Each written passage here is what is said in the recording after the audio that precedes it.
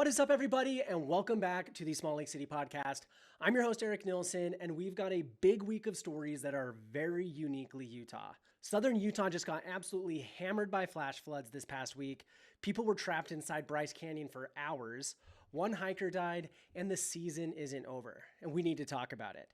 We've got a fascinating deep dive into data that shows Gen Z women are leaving the Church of Jesus Christ of Latter-day Saints at rates that would have been unthinkable a generation ago. And the reasons are complicated and worth understanding. We've also got the 999 ride, the beloved, chaotic, controversial bike ride through Salt Lake City, which just had a public panel discussion, increased police enforcement, and an internet full of opinions. Let's get into it. But before we do, if you haven't listened to last week's episode with Josh Rosenthal yet, stop what you're doing and go put it on. Genuinely one of my favorite conversations on this show so far. I had Josh on because he's building Borderlands, a podcast, media company, and community all centered around ultra trail running. What I didn't know going in, he actually moved to Paris thinking it was the perfect place to build it, and what he found, much like Brigham Young before him, is that Salt Lake is the place. But the part that really surprised me is Josh is also the founder of some of the most iconic spots in the city.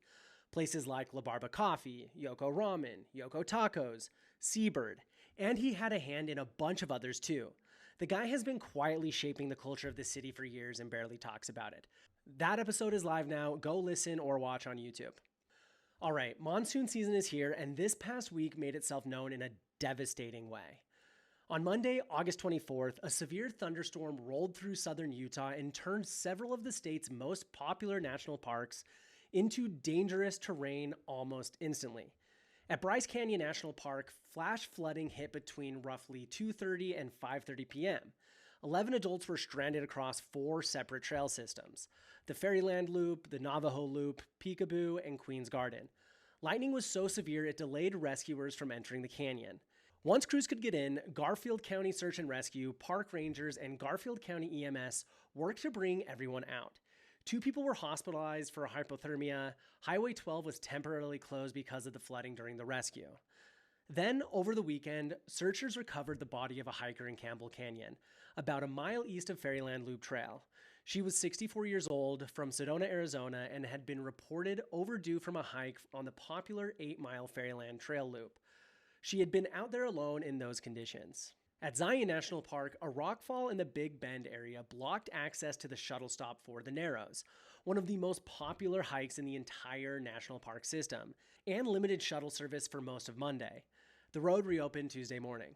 Over in Hurricane and Springdale, the same storm system flooded streets, left vehicles trapped in high water, and sent mud and debris across roads heading into Zion. A flash flood warning was in effect for the entire Springdale area for most of the morning. Here's the thing, the conditions that made this week so bad were entirely predictable.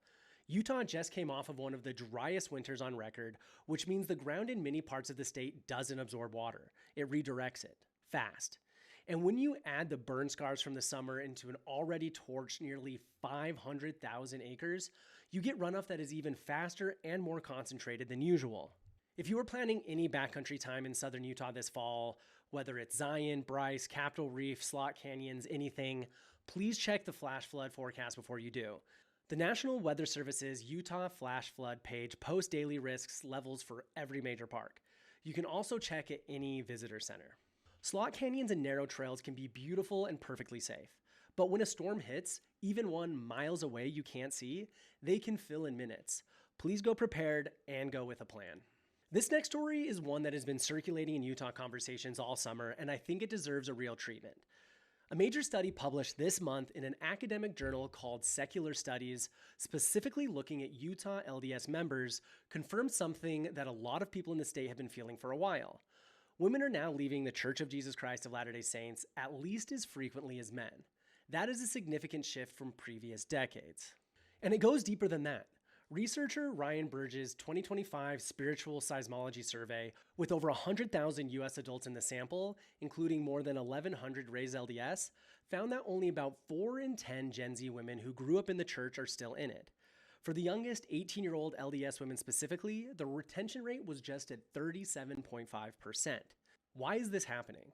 The researchers point to several overlapping factors. Politics is one.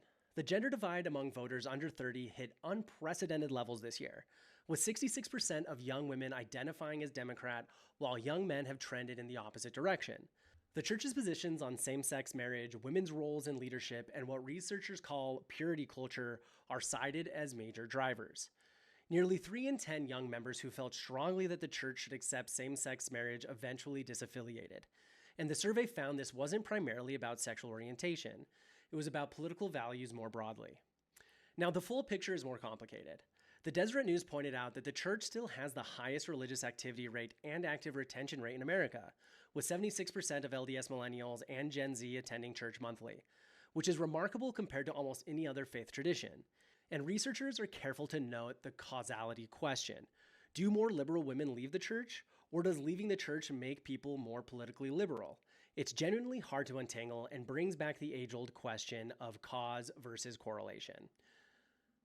But here's what's not complicated. More Gen Z women who grew up LDS are leaving than staying the church. This is a data point that matters for the church, for Utah's broader cultural identity, and for understanding where this state is heading.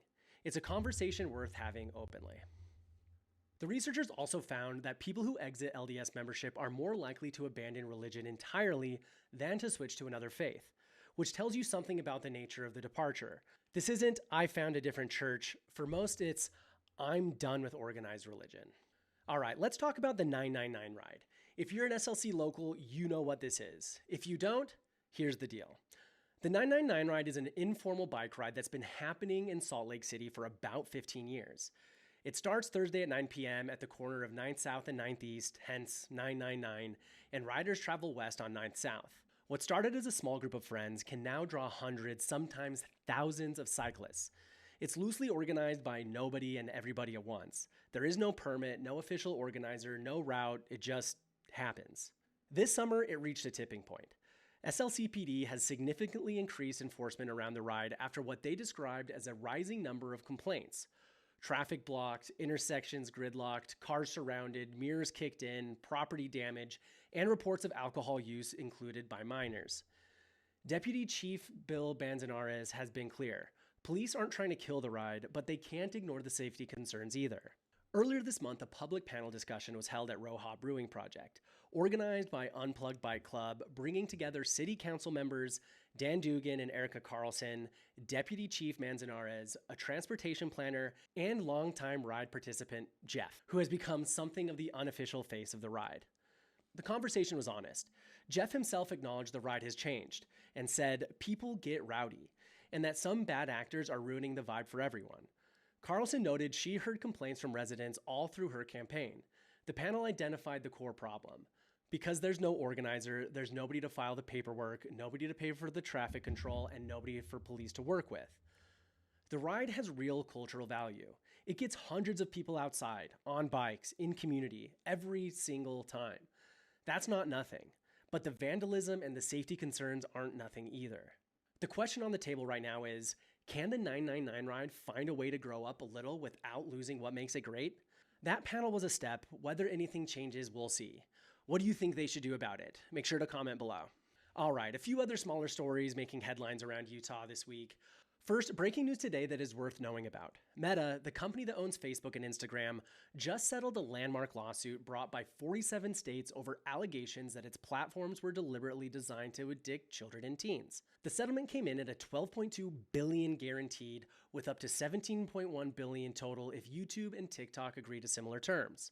States accused Meta of knowingly exposing young users to serious mental health harms while misleading the public about platform safety. As part of the deal, Meta must implement a 2-hour daily time limit for teens, block minors from Instagram and Facebook at night, mute push notifications during school hours, and add stronger parental controls. This is being compared to the 1990s big tobacco settlements in terms of its scale and its potential to reshape an entire industry. Utah was among the participating states. The settlement still needs court approval, but this is a huge deal, especially for parents. Also, Dolly Parton passed away yesterday at 80 after a brief battle with cancer. She had a real Utah connection worth noting. Before she died, her Imagination Library struck a formal agreement with Utah-based nonprofit Operation Literacy to expand free monthly book mailings to Utah children from birth to age 5, pending state legislation. Governor Cox called her the greatest force for children's literacy in the country, and she was. Rest in peace, Dolly. Also, 2 young men in Canaryville were arrested this week after cutting down and sledgehammering a flock camera, inspired by Deflock America videos online. They're facing felony charges. The woman who called police on them told reporters she's glad the camera is gone. The Salt Lake City City Council has a public hearing on its own flock ordinance on September 15th. Next, Bears Ears and Grand Staircase Escalante Monument cuts take effect September 11th, 2 weeks from Thursday. Mining claims have already been filed on newly opened land. Legal challenges are in the courts. The clock is ticking. Next week is a Vault episode while I put my head down and prep for something I've been excited about for a while. Another episode of a deep dive YouTube video and podcast into the full history and lore of Sugar House Park. And lastly, make sure to subscribe wherever you get your podcasts or here on YouTube. It takes 2 seconds and genuinely helps. Also, drop a comment below of what you think I should be covering or your thoughts on what we talked about today, whether that be the 999 ride, church story, or something else going on around Utah. I want to know what you think and what you care about.